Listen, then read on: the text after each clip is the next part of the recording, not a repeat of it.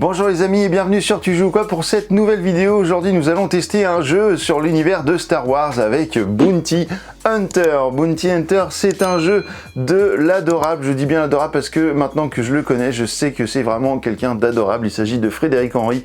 C'est pour 2 à 6 joueurs, pour 10 ans et plus et pour des parties d'environ 20 minutes et c'est illustré par Derek Loffman. Voilà, déjà les illustrations, moi je trouve ça vraiment cool.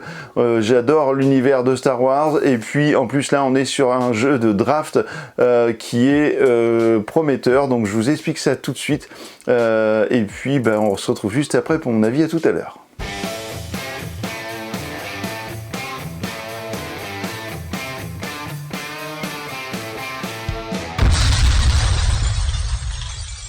Voici le matériel pour une partie de Bounty Hunters. Alors quel est le but de ce jeu? Eh bien vous allez essayer de remplir des contrats et vous allez capturer des cibles grâce à des chasseurs de primes et grâce à des droïdes que vous allez récupérer au fur et à mesure des caisses au fur et à mesure des manches, et vous allez également bien pouvoir récupérer des caisses de contrebande, et tout ça, ça va vous permettre de scorer et un maximum de points pour remporter la partie. La partie sera déclenchée à partir du moment où l'un des chasseurs de primes autour de la table, un des Bounty Hunters aura capturé 4 cibles. Voilà, il restera alors 2 tours de jeu et ce sera le moment de compter les points. Alors ici vous avez 4 paquets de cartes différents qu'il va bien falloir trier, qui seront de la couleur des cartes zone qui sont juste devant elles. Les cartes vertes ici ce seront des cibles, les cartes bleues ce seront des contrats, les cartes blanches ce sera le marché des Jawa, puisque vous allez trouver ici des caisses de contrebande et les droïdes, voilà. Et ici la carte rouge, ce sera les chasseurs de primes. Vous allez avoir des crédits impériaux qui seront représentés par ces jetons absolument magnifiques qui brillent de partout. J'adore, moi ces jetons là je les adore vraiment. Alors comment ça va se passer au début de la partie? Chaque joueur va prendre une carte de chaque paquet, voilà, hop. Alors attention, va bien falloir trier les cartes par couleur. Et cette carte là, ça va faire votre main.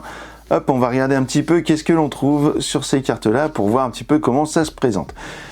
Vous allez avoir, je vais commencer par les caisses. Tiens, hop, les caisses ici de contrebande, vous avez une valeur numérique de points gagnés en fin de partie ici, mais également vous avez un nombre de caisses qui va jouer sur qui obtiendra le bonus de fin de partie pour les caisses. Ce qui jouera pour cette partie de points là, ce seront le nombre de caisses qu'il y a au total sur vos cartes, donc ça attention.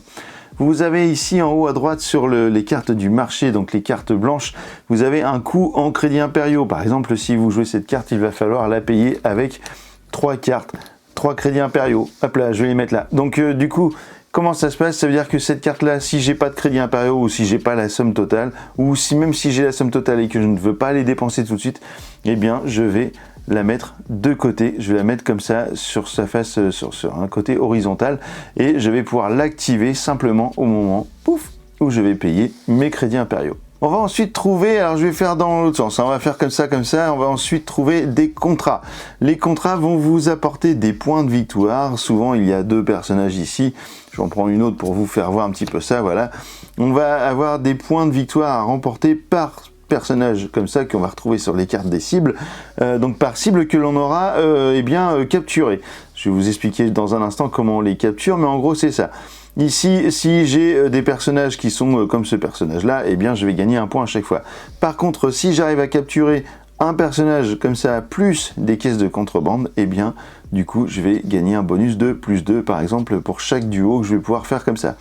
Ici, ce sera cet alien qui est juste ici avec un Chewbacca. Donc chaque Chewbacca me rapportera 1 point, chaque alien comme celui-ci me rapportera 1 point, et chaque combinaison des deux me rapportera 3 points.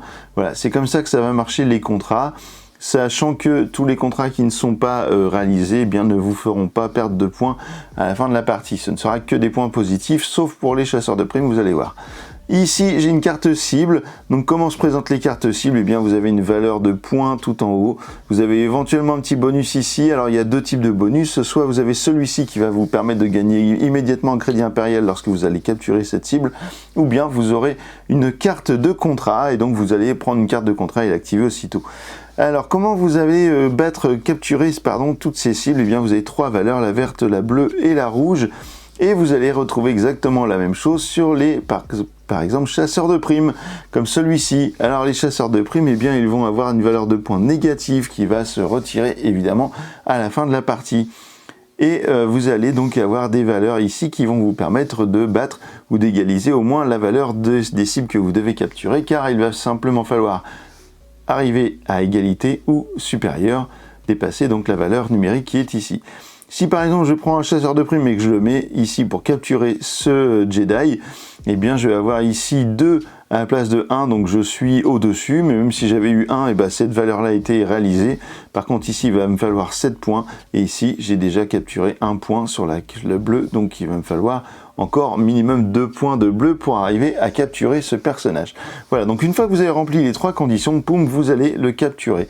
Lorsque vous capturez une cible, eh bien vous mettez toutes les cartes qui sont ici l'une à côté de l'autre, et vous la mettez par-dessus toutes les cartes, ce qui permet à vos adversaires de voir toute la valeur numérique ici négative, donc des points que vous allez perdre en fin de partie, et de pouvoir voir également les points que vous aurez réussi à avoir. On va regarder un autre chasseur de primes, pourquoi pas, par exemple celui-ci. Donc si j'ai un chasseur de primes et que j'ai déjà une cible en jeu, je serai obligé de la mettre sur cette cible. Si par exemple je n'ai pas de cible en jeu et que je veux jouer un chasseur de primes, pas de problème, je le mets. Par contre, dès que j'ai une cible qui arrive en jeu, pouf, elle va être tout de suite attirée sur cette cible. Donc là par exemple, si je faisais comme ça, en utilisant les 2 chasseurs de primes, vous voyez qu'ici je dépasse la valeur verte, je dépasse la valeur bleue, donc tout va bien. Par contre, il va me falloir encore des points d'attaque en valeur rouge pour arriver à 7 ou plus. Vous avez également la même chose, alors là c'est encore une caisse, et bah décidément c'est pas bien mélangé. Vous avez la même chose sur les droïdes. Les droïdes vont avoir exactement les mêmes pouvoirs de capture, puisqu'ils vont vous aider à capturer des cibles, mais par contre il va falloir en payer le coût. C'est pareil que pour les caisses, c'est à dire que si j'ai les crédits impériaux qui vont bien au moment où je place une carte en jeu et que je décide de la jouer, à ce moment-là je paye mes crédits impériaux et je mets la carte comme une carte chasseur de primes juste ici, sauf que elle ne me fera pas perdre 2 points en fin de partie, ou alors je la mets dans ma zone de jeu et je ne l'active pas, et j'attendrai d'avoir payé les 2 crédits impériaux pour pouvoir la jouer. Voilà, donc là vous savez déjà quasiment tout le jeu. Maintenant comment ça se passe? Je vous avais dit qu'au début vous alliez prendre 4 cartes, on va dire qu'on a ça, voilà, on a ces 4 cartes là dans la main. Hop, celles-ci on va les enlever, et puis qu'est-ce qu'on va faire avec ça? Et bien une fois que chacun a ses cartes, vous allez choisir une carte en plus dans n'importe quel paquet que vous allez prendre. Donc je vais prendre par exemple ici une carte du marché de Jawa. Alors c'est vraiment pas bien mélangé depuis la dernière partie, j'en suis sûr. Donc ici, une fois que j'ai mes 5 cartes, eh bien je vais devoir en choisir une.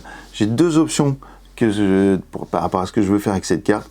Soit je la joue, donc ça veut dire que je la place dans ma zone de jeu. Si c'est un contrat, je le place dans ma zone de jeu. Si c'est une cible, pareillement je le place dans la zone de jeu. Si c'est un chasseur de primes, je choisis sur quelle cible je veux le mettre, mais si j'ai une seule cible, eh ben, ça va forcément sur cette cible-là. Et si c'est une caisse, eh bien, je peux la mettre également dans ma zone de jeu, activée ou pas, selon si j'ai payé le coût en crédits impériaux. Voilà, je vais y arriver parce que j'avais une autre idée en tête. Et je peux également avoir au niveau des marchés de Jawa, je vous l'ai dit, des droïdes qui vont avoir des valeurs avec également une valeur ici en crédit impérial. Donc ça, je les paye ou je les mets de côté et ensuite je les active lors d'un prochain tour, il n'y a aucun problème. Mais je peux également faire autre chose, c'est-à-dire que je peux très bien dire, eh bien, je vais jouer cette carte-là, donc je la mets face cachée sur la table. À chaque fois que vous jouez une carte, vous la mettez face cachée, le temps que tout le monde choisisse sa carte. Une fois que tout le monde a choisi, eh bien, hop là, vous la révélez, et ensuite, soit vous la jouez, soit vous en débarrassez, vous la mettez, vous pouvez la mettre très bien en dessous du paquet ou sur le paquet, peu importe, et là, c'est comme ça que vous allez la vendre pour récupérer un crédit impérial. Donc soit vous placez une carte dans vos zones de jeu, soit vous la vendez dans le bon paquet et vous récupérez un crédit impérial par carte que vous aurez vendue. Donc ça, c'est plutôt bonnard, et c'est comme ça que vous allez pouvoir activer des cartes de caisse ou bien des cartes de droïde. Ensuite, je passe donc mon paquet de cartes à mon voisin, je récupère celui de mon voisin de droite, donc je le passe à mon voisin de gauche, et lorsque je récupère des cartes, et bien à ce moment-là, je vais à nouveau choisir une carte, et cette carte, eh bien, je vais l'ajouter à ma main de 4 cartes que mon voisin m'aura données, et je vais choisir la carte que je vais activer, soit pour la mettre dans ma zone de jeu, soit pour la vendre. Et on va continuer comme ça jusqu'à temps d'avoir réussi à atteindre la condition de fin de partie. Et bien voilà, vous savez tout désormais sur comment jouer à Bounty Hunters. Vous voyez, c'est très simple, mais il va y avoir beaucoup de stratégies parce que vraiment, il y a plein d'axes possibles pour jouer à ce jeu et ce jeu est très riche. C'est vraiment bien. Je vous donne mon avis complet dans un instant, juste après le petit jingle. À tout de suite. Et bien voilà, vous savez tout désormais sur Bounty Hunters. Et bien qu'est-ce que l'on en a pensé déjà au niveau du matériel? Vous avez que des cartes et elles sont, ma foi, de très bonne qualité. J'ai entendu, avant de découvrir le jeu, j'avais entendu des problèmes de qualité de cartes ici ou là. Franchement, nous on n'en a pas eu. Et puis les cartes ne gondolent pas, les cartes ne s'abîment pas. Pour moi, il n'y a pas de problème là-dessus au niveau du matériel. En plus, on a quand même le droit à des très beaux jetons, je trouve, de crédits impériaux qui ont bien de la gueule sur la table, donc c'est vraiment très très bien. Moi, ça me plaît. Les illustrations, eh ben, elles sont super cool. Moi, j'adore ce coup de patte là sur Star Wars. Je trouve que c'est vraiment sympa, notamment Boba Fett. Regardez-moi comme Boba Fett est magnifique. Han Solo aussi est vraiment très bien. Alors, je dis pas Yann, je dis Han parce que sinon, je sais que Chloé me reprendra puisqu'elle m'a repris je ne sais combien de fois à me dire ah non, c'est pas Yann, c'est Han. Donc voilà, je dis Han Solo. Et du coup, voilà, je trouve que tout est très bien représenté et ça marche très très bien. La mécanique, elle est vraiment cool, c'est ingénieux. J'adore l'idée que l'on prend une carte et puis on choisit une carte à chaque tour en récupérant les cartes qu'on nous passe de notre voisin. On en valide une, on repasse le truc à l'autre et ça marche vraiment bien et ça aide à développer quand même pas mal de stratégie de jeu parce qu'évidemment vous allez par exemple si vous voulez récupérer des crédits impériaux vous allez forcément vous séparer d'une des cartes qui intéressait le voisin pour pas qu'il l'ait et puis lui mettre un petit peu le seum en disant tiens t'avais besoin de ça, mince dommage je vais le vendre pour récupérer le crédit impérial, donc ça voilà ça colle le seum et c'est vraiment rigolo. C'est vraiment un jeu de tournoi et ça je comprends maintenant pourquoi Frédéric est parti faire toute le Tour de France pour présenter son jeu. Non seulement il y avait quand même le côté où il fallait le présenter pour lui donner peut-être une belle réussite dès sa sortie en boutique,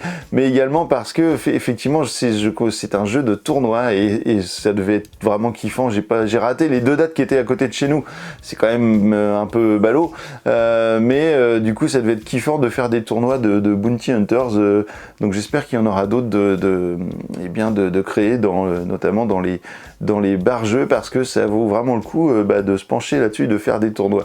Donc ça c'est vraiment un jeu qui est fait pour ça.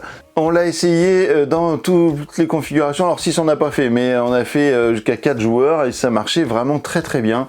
Par contre je regrette un petit peu qu'il n'y ait pas une variante pour 2 joueurs parce que à ma connaissance ça n'existe pas et en fait je trouve que les cartes ça tourne pas assez quoi. Du coup on donne le paquet, on en prend une, mais en fait si vous utilisez la carte que vous venez de prendre parce qu'il n'y a rien qui vous intéresse, par exemple si vous vous retrouvez comme on l'a pu avoir avec que des contrats dans la main, vous prenez une carte qui vous intéresse et puis vous refilez le truc et puis la personne fait la même chose, puis du coup le deck de cartes que vous avez dans les mains ne tourne pas. Donc ça c'est le problème de jouer à 2 joueurs.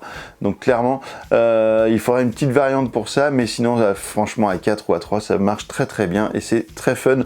Voilà, c'est vraiment un jeu qui comme je viens de vous le dire, qui est fun, donc ça apporte vraiment que du plaisir de jeu.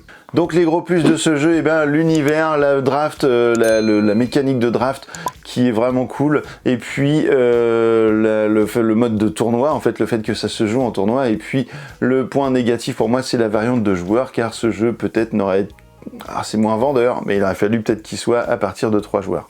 Voilà, ça c'est mon avis. Et écoutez, voilà, maintenant que vous savez tout sur Bounty Hunters, alors, tu joues ou quoi ?